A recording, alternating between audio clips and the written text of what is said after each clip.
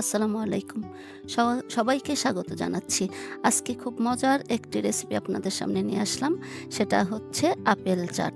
তো বাসায় বেশ কয়েকদিন যাবৎ কিছু আপেল হচ্ছে পড়ে আছে, কেউ খায় না। তো আমি ভাবলাম যে তাহলে আপেল চাট করে দেই, তাই সবাই খাবে। তো আমি এখানে ৪ টা আপেল নিয়েছি। আ আপেলের এই যে স্টিকারগুলো ফেলে খুব সুন্দর করে ধুয়ে এরকম করে কেটে নিয়েছি। কেটেও কিন্তু আমি আবার খাবার পানিতে ধুয়ে নিয়েছি। কাটাটা আসলে যার পছন্দ মতো কেটে নিলেই হবে। এর চাইতে বড় বা এর চাইতে পাতলা করলেও হবে।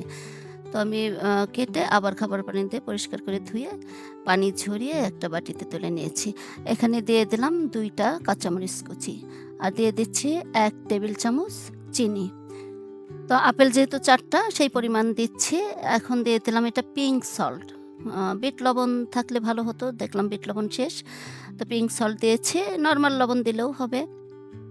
এখন দিয়ে দিলাম ১ টেবিল চামচ লেবুর রস। এটা হচ্ছে চাট মাসালা ১ চা চামচ সমান।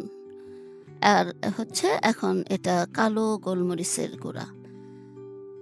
অল্প একটু দিয়েছি কালো গোলমরিচের গুঁড়া, কারণ এটা বেশি হলে গলায় লাগবে। এখন খুব ভালো করে সব মিশিয়ে নিব। মাখাতে হবে খুব ভালো করে, সুন্দর করে, যেন প্রত্যেকটা আপেলের টুকরোর মধ্যে এই মিশ্রণটা পৌঁছায়। তো সুন্দর করে মেখে নিলেই এই তো হয়ে গেল মজাদার আপেল চাট।